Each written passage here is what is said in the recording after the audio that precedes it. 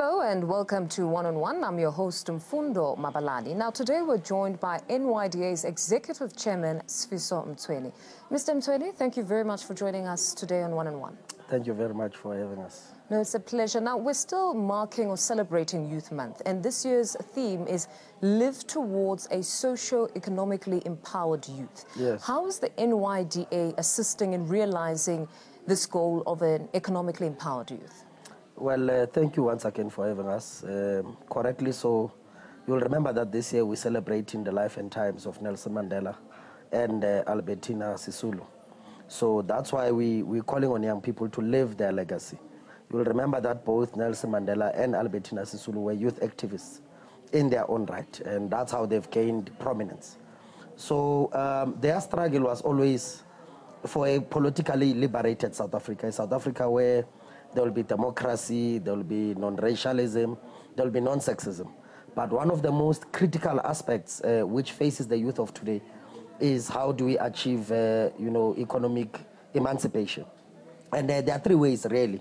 The first one is that, of course, we have high levels of unemployment in South Africa, which hampers, young people from participating in the mainstream economy. So we talk about programs that seek to fight youth unemployment. We've spoken about the removal of experience as an entrance requirement. We've spoken about a quota system where companies will employ at least 40% of young people within their workforce. We've spoken about those who've technical and vocational skills being able to start their own, businesses, and they're able to be assisted. On the other side, we speak about government set aside for youth-owned businesses. Speak about youth procurement services. For instance, as you know, the budget of procurement of government currently stands at just over 600 billion. In that 600 billion, we're calling for 30% of that money to be set aside for youth-owned businesses so that we're able to have that particular share. But also in the JSE listed companies, we're currently making a study. So far, we find that less than 2% of the directorships in the JSE are actually young people. So we're calling for those particular companies to start ensuring that in those boards, in the share schemes, we have young people. So there's a broad range of programs that we have to advance that particular struggle. Now, there's always this trend to call for the private sector to be an active participant or to allow the young people to be participants in this economy. But the reality is right now, most of them are retrenching. Yeah. So what happens? We know that the big companies, if nothing else, hire the least. We've had SMMEs now hiring most people. So what happens in that regard? How are you assisting young people to be self-starters as opposed to job seekers? Well, starting with the issue of the private sector. For some time, we've been calling for the private sector to come on board. You would remember that, in fact, early this year, the president announced a youth employment service program, which in itself was driven by the private sector.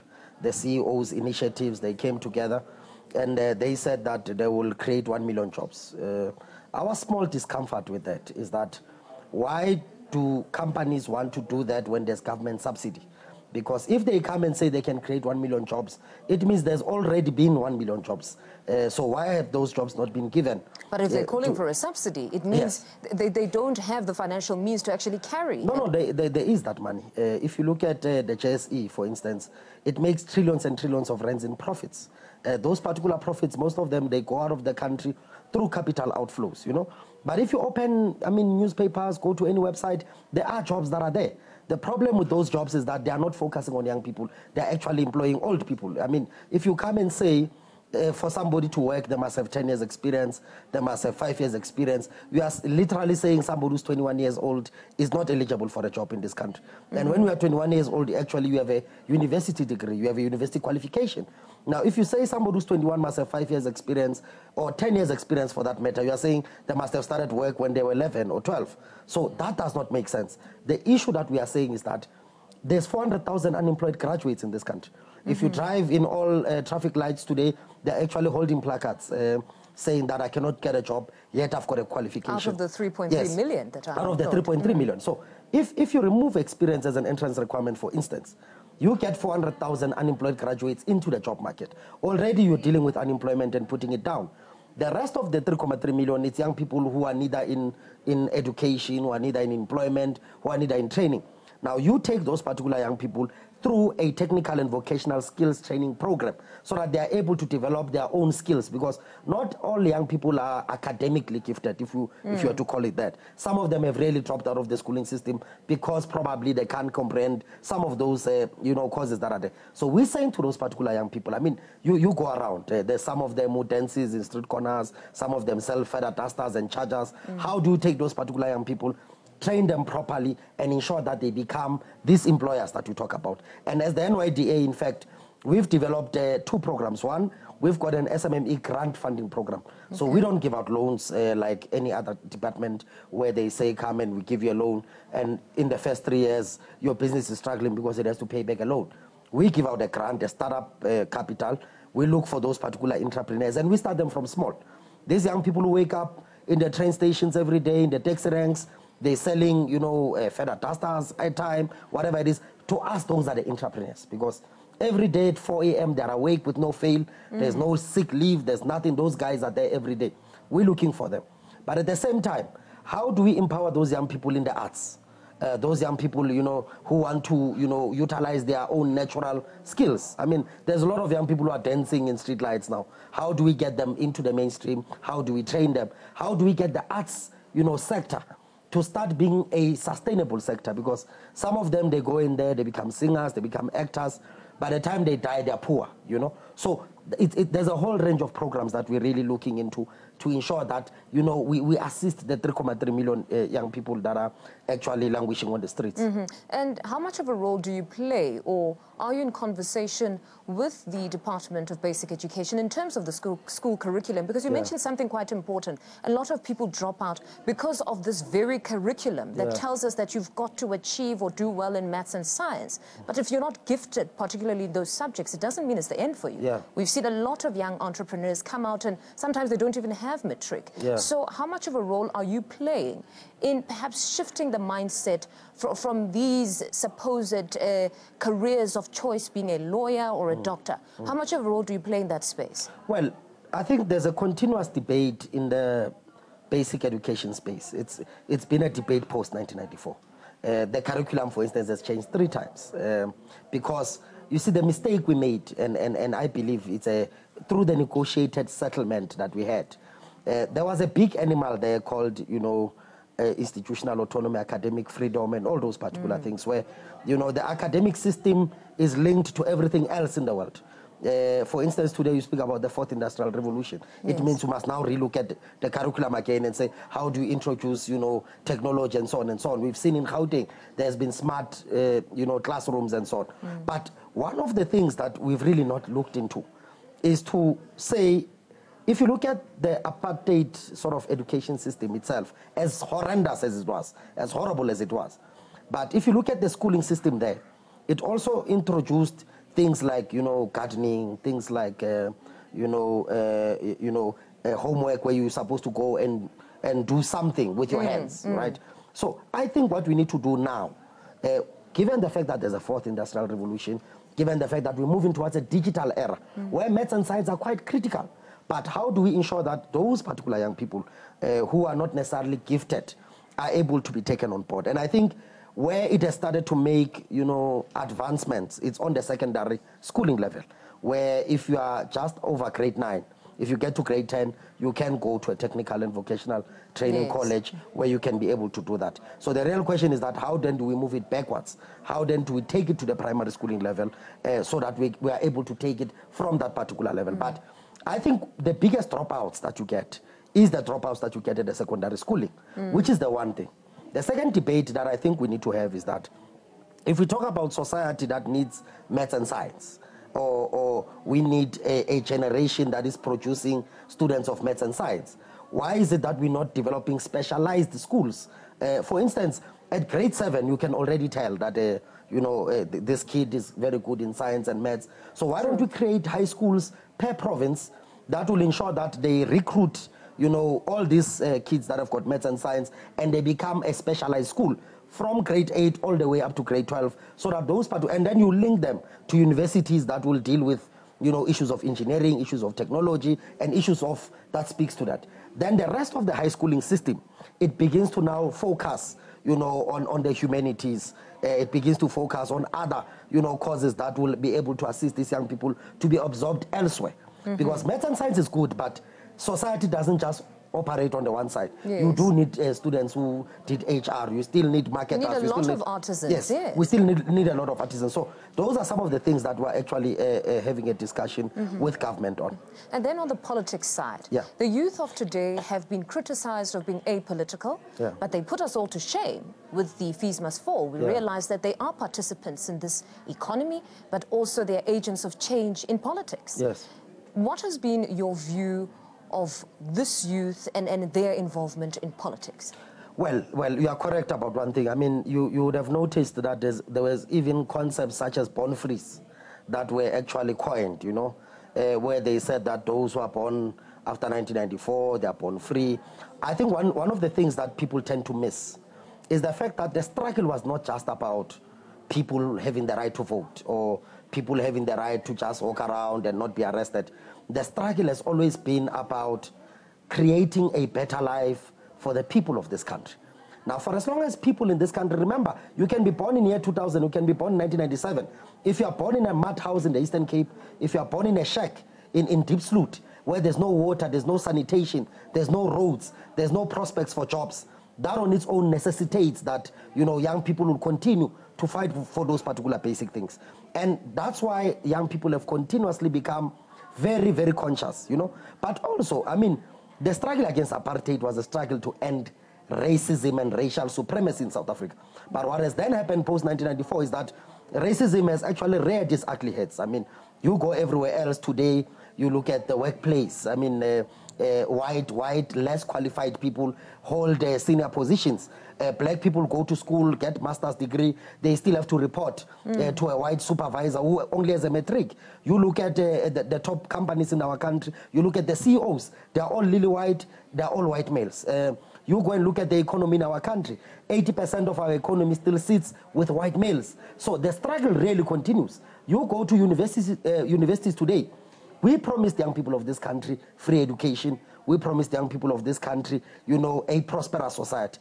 You go to secondary schooling, immediately when you finish matric, there's a barrier, you can't enter. And they're telling us that it was free, yes, you made an announcement, but beyond that, they've got historic debt, they're still sleeping in libraries. So what it actually is on the ground is not what was pronounced. Yes. So do you think it's fair to then point a finger at government to say, you have failed the youth of today?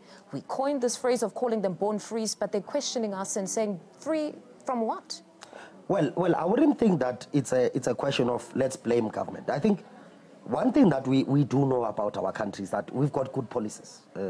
Government does make pronouncements. I think the challenge there has, of course, been some areas where, you know, people who are deployed into government don't implement, you know, their mandate. That's why it becomes important for young people to come together and hold them accountable. For instance, if you remember the fees must fall, it came as a result of the governing party itself taking a resolution on providing free education, but taking some time in implementing it. So that's why young people actually came together. The first place that they marched to was Luthuli House, you know. Before they could even get to the union buildings, they went to the union buildings and said to government, implement your own resolutions, you know, implement your own policies. I think what and another debate, probably a political debate that we need to have, is that the problem with the leadership in our society is that there's a creeping element of conservatism. Yes, you know, I'm glad you touched on that. I mean, just this week they've appointed a 70-year-old premier, and if you look at our parliament, it's littered with old people. If you look at the opposition benches, there's a lot of young people and so on and so forth. So I think one of the critical issues that we need to have, and this is what we are calling for as young people, is to say that the governing party, you know, the government must start becoming younger. Because, you know, when you are old, when you are 70, when you are 80, it really takes time for you to implement resolutions. You know, you tend to move like an elephant. There's an expression that they move like an elephant. But then the criticism is that young people tend to display some sort of misguided militancy. That they are for instant gratification, they're passionate, but this passion sometimes is not channeled in the right direction. So what happens when they criticize young people in that fashion? To say the conservative nature is important, you've got young people calling for land expropriation without compensation. Then there's an ANC land summit that says we will test the constitution and see if perhaps we can expropriate. Where young people would say that's a watered-down version of what you said in Nasrec. So what happens in that respect? Because we're seeing this conservative nature creeping in. Yeah, well, the conservativeness within society has always been there. The mere fact that we celebrate Nelson Mandela today, you would remember that in the 40s, when Nelson Mandela actually said to the leadership of the ANC that, you know, the manner in which we are pursuing the struggle is not going to yield any results. Here is the program of action that the ANC needs to implement. It took the ANC 9 years before it could actually adopt the program of action. It was presented in the 40s, it was only adopted in 1949. The unfortunate part about 1949 is that they had to remove the entire leadership of the ANC and replace it with a younger generation. If you look at the 60s, for instance, when you talk about Chris Hani, for instance, in the camps, in 1968, Chris Hani actually led what was even called a mutiny, where he was saying to the leadership that we've gone out of the country to go and receive military training. When are we going back to fight? It led and to it wasn't well received. I mean, his revolt wasn't well received. It was brave of him to come out and say that this is not what we've been fighting for. You guys have become career politicians. Some of you are in London. It seems there's this creeping nature of careerism within the African National Congress. But nobody really listened. It seems everybody wants to adopt this Western culture of being calm, and young people always come with fresh blood, but they chucked to the side and seen as some sort of rebels. Well, that's what I was trying to respond to when you asked this question, to say this is historic in the fact that the moment conservatism creeps in, you know, it requires young people to be organized. It requires young people to actually take their rightful place within the organization. And I'm saying that for as long as we still shout from the outside, old people will always criticize us. They will always say that we've got misguided militancy. When we said that nationalize the mines in this country, when we said expropriate land without compensation, when we said nationalize the Reserve Bank, they said it's misguided militancy. Today, they speak about the mere fact that the ANC has a land summit post-1994 is as a result of this pressure. But what has come out of the land summit, Sifiso? No. What I'm saying is that, remember, a struggle is not an event. It's not a picnic that you have. The point is, there are two things that are happening. Parliament has now admitted that there needs to be, the Section 25 of the Constitution needs to be looked into. So there's public, you know, participations now. There's calling for public comment. We are participating as young people in that process. The second process is that young people forced the ANC in Nasrec. You would remember that Nasrec, in fact, the president closed the conference at 1 a.m. You know, because when the whole media was waiting at 6 p.m. For the president to close the conference, young people literally hold that conference to ransom to ensure that this time the resolution becomes clear, it becomes crisp. Now, what I'm saying is that, of course, they will have land summit there, but there's a resolution that needs to be implemented. And that process of parliament is what we need to ensure that we utilize. But that is the question that many are asking, that you had a land summit, but what came out of the land summit was that we're going to test the constitution in its current form, whereas there's a parliamentary process to amend the constitution. And some that criticize, that are on the periphery, not part of the African National Congress, would say, but why waste time? This is going to go to court. You're also, in the interim, wasting money, where you're going to test it to see if eventually maybe you can expropriate. Here is an option. You've got another political party in the EFF that's going to give you the majority. Go ahead and amend. But now we've got them saying beyond the resolution that expropriation with compensation will be among the various ways in which we're going to compensate or going to expropriate land. But that wasn't the Nasrec resolution. Well, what I'm saying is that a summit is necessary. By the way, if you look at the constitution currently, and by the way, it's a debate we've always been raising, to say the whole question of the two-thirds and changing Section 25 is one modality. Within the constitution currently, there is a lot of vacant land in our country, which is fenced. People are sitting in London, people are sitting in US, and they fenced the land in our country, and that land remains vacant. We've said that expropriate that particular land within the current constitutional, you know, prescripts.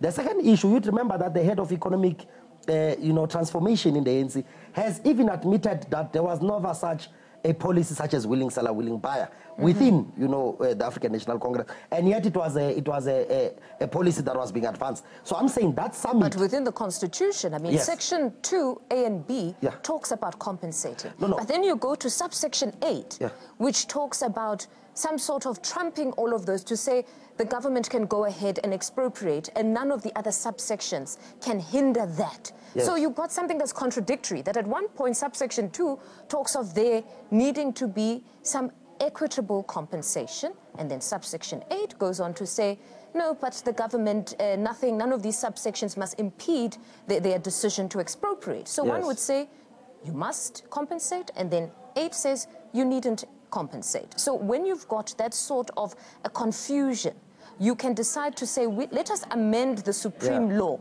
so that it is clear.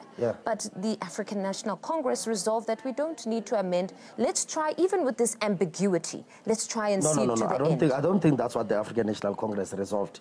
The African National Congress resolved to expropriate land without compensation. But of course, looking at things like food security and other things, that's a resolution of the African National Congress. What the African National Congress subsequently did was to hold a land summit and call all the role players to say, come, let's have a discussion. Now, part of the discussions there was that, in fact, we can test the current constitution while the parliamentary process actually goes on. And by the way, let me tell you now, for instance, public consultations have started now with oral, submissions. In Limpopo, for instance, this week, it was taking place. The youth of the ANC was there. It made its own submission. It's coming here to Gauteng. Eventually, when it gets to Parliament, we are going to go and make a presentation to say, yes, amend where there's a confusion. But let's not wait for that process also. Let's look currently that within the Constitution, what do we do with vacant land? And I think sometimes also another debate that crops up is people think that when we talk about land expropriation, we're simply talking about agricultural land, or we're talking about, those type of things. There's actually land that is needed for housing. There's actually land that is needed for development. For a long time, we couldn't even build universities because land is fenced. You have to go and buy land somewhere on somebody. So our argument in the main is that currently, with the current constitution, you cannot have somebody who has acres and acres of land that is fenced and is sitting in the UK. Still deciding what to do with the land. Still deciding what to do with the land. Our approach is that remove that particular fence, roll it up nicely, put it in a courier, and let it go to that particular person wherever they are seated, so that government is able to do its own program of ensuring that there is housing, its own program of ensuring that there's adequate infrastructure that will speak to our people. On the issue of agricultural land, if you look at the Freedom Charter, it's very explicit in terms of what must happen. It says the land shall belong to all those who live and work in it. So you've got a lot of people who are working in the farms who are actually producing this food that we are told were being threatening. And we are saying that there needs to be an ownership structure for the people in this country. You cannot have about 15 farmers in South Africa who own everything about food production in our country. There are black people that are interested in farming. There are black people, by the way, who have these farming activities happening in their own land. So in claiming their land, they must be able to speak about an ownership structure. They must be able to speak about compensation or even non-compensation for that particular matter. And I'm saying we must be able to separate those particular debates. I think the land summit was necessary in the sense that now we know that within the Constitution there's something that can be done, but at the same time, let's make sure that we amend that section 25 so that everything is clear and we move forward on this matter. No, it remains a very contentious issue.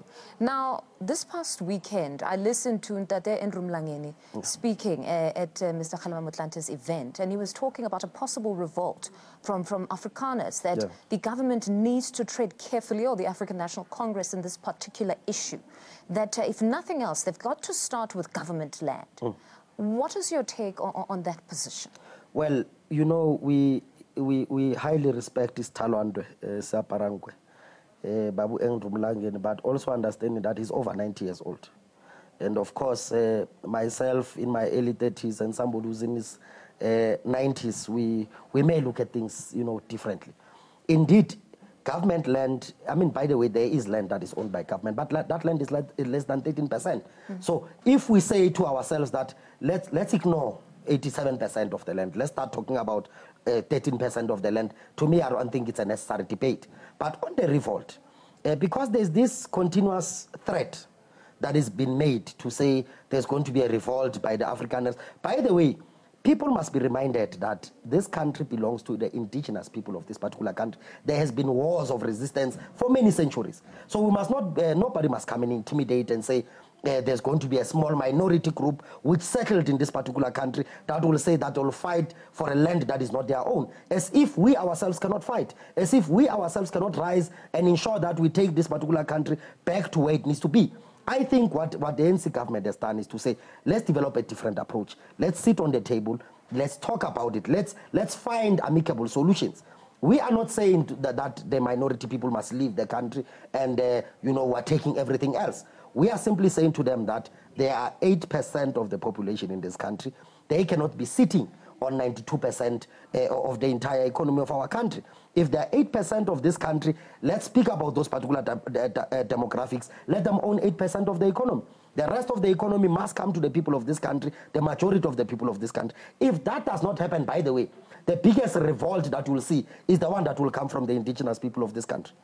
Are the indigenous people, particularly the young ones, united in this position? Because it seems young people, even if there is a valid fight, some people pull from different directions. Some young people look to be entrepreneurs. When they're saying 40% must go to the youth, they're saying 40% for Gucci. I want to live a good life for myself. Those that want to continue with the struggle for land, it's fine. I just want a position in the African National Congress to enrich myself. Are the youth people or the youth united in their position to say, we want economic freedom for all young people? We want those on the periphery of this economy to partake in it, and not just me and a couple of my friends? Well, I think young people are united. You would remember, even on the question of education, we spoke from different corners. But when it came to the real struggle to say we want free education in our country, you saw the march. You had EFF, you had SASCO, you had PASMA, you had everybody actually working together to say, ultimately, the objective remains the same, is the education of the African child. But secondly, all young people, by the way, Gucci or no Gucci, you can't achieve Gucci until you are economically liberated. All of us, what we want is economic liberation. And we don't discourage success. Young people who adorn all these fancy brands, it's wonderful because you're encouraging other people to live the life that they want to live one day. Fair enough. But I'm saying, if the first things are not handled, where a young man opts to buy a car before he builds himself a home, that kind of lifestyle that we're seeing amongst young people, I mean, you must admit it's problematic. Well, it can be. I think the point that I'm trying to bring to you is to say, are young people united behind the cause of economic emancipation? And my answer to you is yes. Yes, we may have different, views about what constitutes economic liberation. But I think all of us, a young person who's seated in Deep Sloot, a young person who's seated in Western Cape, a young person who's seated in Limpopo, all of us are saying we want a better life, an economically empowered young person in South Africa. As to how then do we define, that society, how do we sustain it, is another question that we'll have to come and talk about it. But I think at the end of the day, none of us want poverty. At the end of the day, none of us want unemployment. You can be in the EFF, you can be in the DA, you can be in the ANC. None of us want poverty, and all of us are united to say, let's create jobs, to say, let's create a situation where young people who are in business can thrive. Let's create a situation where tomorrow, all of us as young people are able to be economically empowered. And I'm saying to you that we're united on that one. Well, it seems you have identified your cause. As Frantz Fanon once said, that each youth must identify its cause, either betray it or fulfill it. No, thank you very much, Mr. Mtsweni, for joining us today on One on One. Thank you. And that's where we leave it. Until next time, good night.